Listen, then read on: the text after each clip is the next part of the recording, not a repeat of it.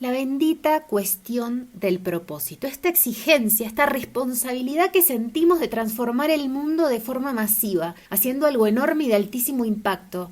¡Qué estrés!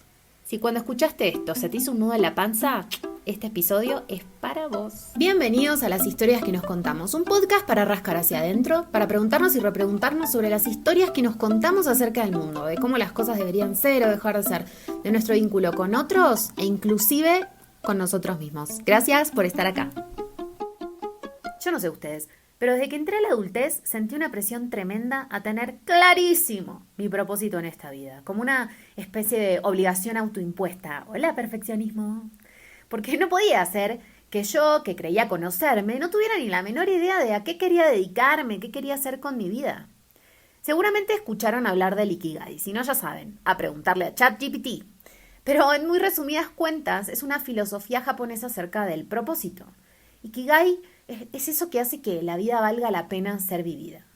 Y lo que dice esta filosofía es que resulta del cruce de 4 variables principales, ¿no? Lo que amas hacer, lo que sos bueno, lo que el mundo necesita y aquello por lo que te pueden pagar. En teoría, el resultado de este cóctel de autoconocimiento sería distinguir tu razón de ser. Bueno, ustedes no tienen una idea de la cantidad de veces que hice el fucking Ikigai.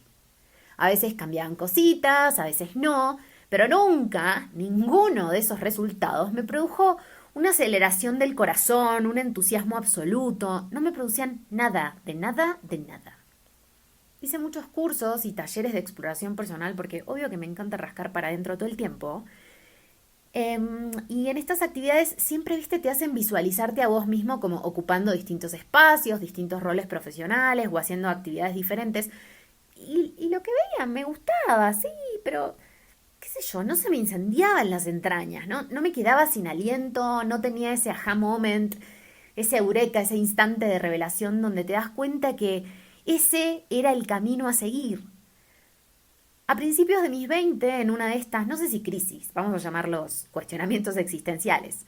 En uno de estos cuestionamientos existenciales, mi mamá, que es un ser maravilloso y de otro planeta, me dijo que quizás yo había venido a este mundo a ser feliz y a mostrarle a otros que sí se puede ser feliz.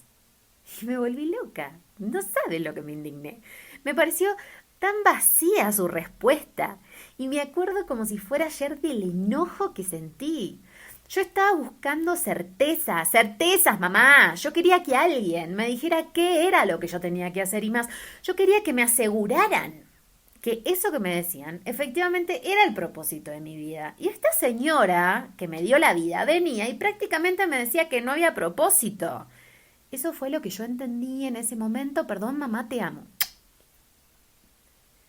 Yo interpretaba el tema del propósito como una constante, ¿no? Como un elemento ad eternum, como algo fijo. Bueno, más bien como inmovilizante que fijo, como una de esas bolas de acero que les ponían a los presos y a los esclavos. Bastante representativa la descripción, ¿no? ¿Vieron cómo sí construimos mundos mientras hablamos?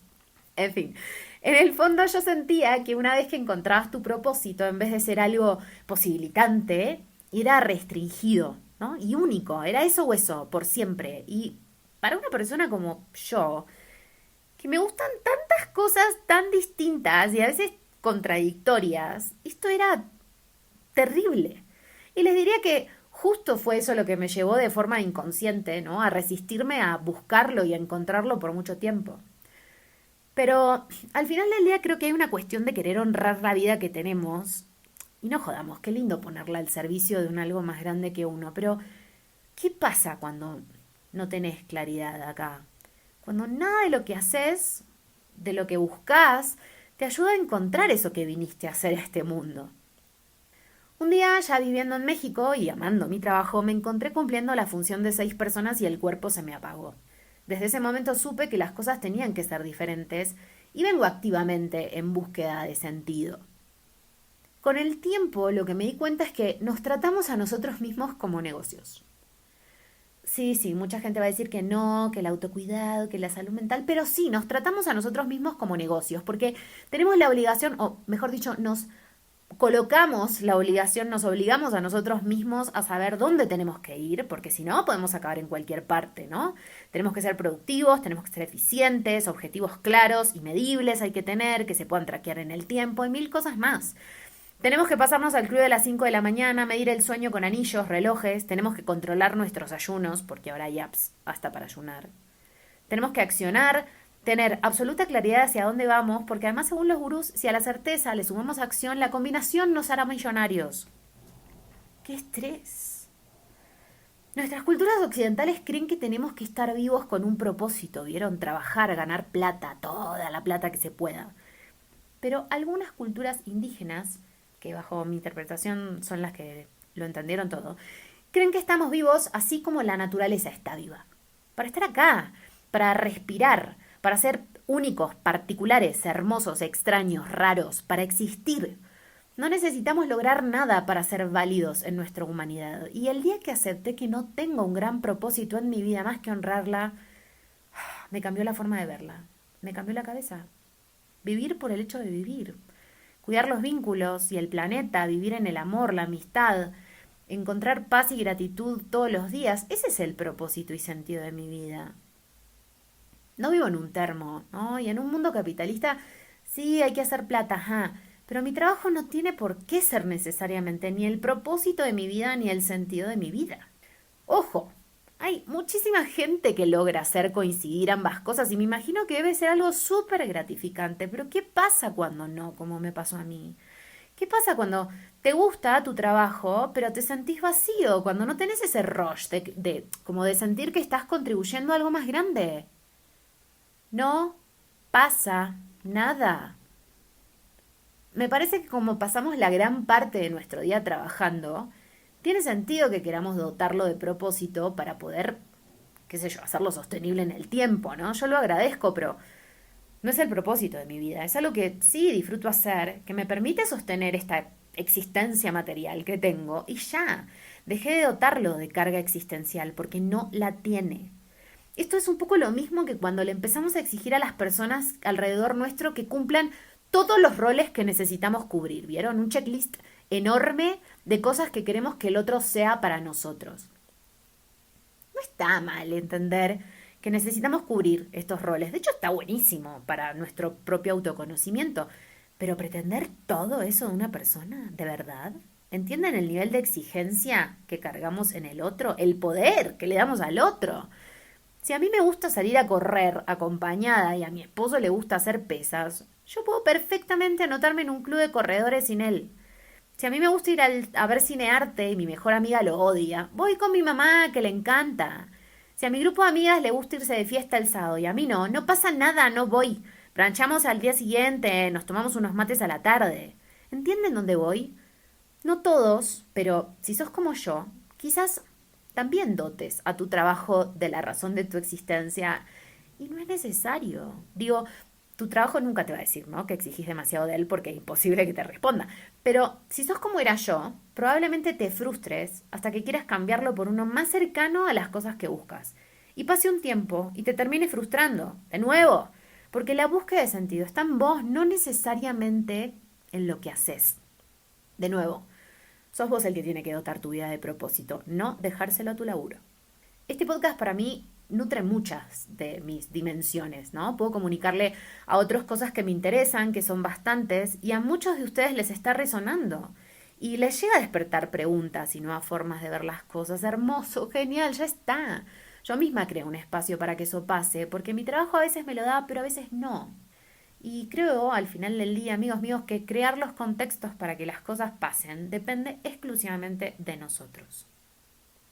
Yo los invito a hacer el Ikigai. No quiero sonar como demasiado categórica. Háganlo si nunca lo hicieron. Mi advertencia a neón fosforescente de cartelito luminoso es que no lo vean, no lo consideren como algo estático, como una realidad absoluta, sino como una foto del momento en que están hoy. Porque si lo hacen de acá a un año, les prometo que la foto probablemente va a ser distinta, porque cambiamos todo el tiempo estamos en movimiento. Ay, estos personajes multidimensión me dan vida. El francés Pierre Teilhard du Chardin fue un sacerdote, no te la pierdas, jesuita, paleontólogo y filósofo de principios del siglo XX, que trajo a la mesa una reflexión preciosa. Él decía que no somos seres terrestres teniendo una experiencia espiritual, sino seres espirituales teniendo una experiencia terrestre. Y esta reinterpretación sobre la forma de percibirnos, de entendernos, me movilizó un montón en mi búsqueda de propósito, porque si en realidad lo que venimos a hacer es experimentar la vida, la carga del propósito entendido como esta exigencia, esta responsabilidad de transformar el mundo de forma masiva, haciendo algo enorme y de altísimo impacto, termina desapareciendo. Y lo que me dije a mí misma fue, bueno, Agos, si venís a experimentar, más vale que te asegures de experimentar lo que te hace realmente feliz, que para mí es disfrutar a la gente que quiero todo lo que pueda, que dado mi carácter de migrante es clave, experimentar la naturaleza todos los días, con todos mis sentidos, celebrar y honrar mi cuerpo y convertir el estado emocional de paz y gratitud en una forma de estar siendo. Y sí, ya sé que es re hippie lo que acabo de decir, pero no me importa y no me arrepiento de nada. Porque lo mágico de todo esto es que para ustedes puede ser algo completamente diferente. El encontrarnos a nosotros mismos en esta experimentación de la vida es tan único, es tan de cada uno, tan propio, que el propósito tendrá que ver con practicar una y otra vez nuestra propia autenticidad. Yo creo que para que la vida sea real, se tiene que mover. Y si se detiene, se muere. Así que en vez de pensar cuál es el propósito de mi vida, te invito a abordarlo como algo en permanente construcción, en permanente cambio, que me hace sentir viva o vivo en este momento de mi vida. Fíjate cómo esta pregunta mitiga, ¿no? O diluye la presión de conocer el significado o la razón de tu existencia.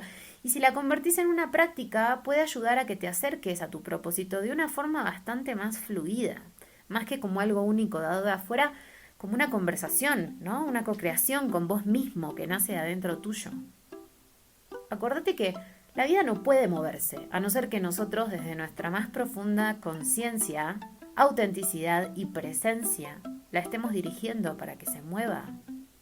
¿Qué hiciste hoy para que se mueva?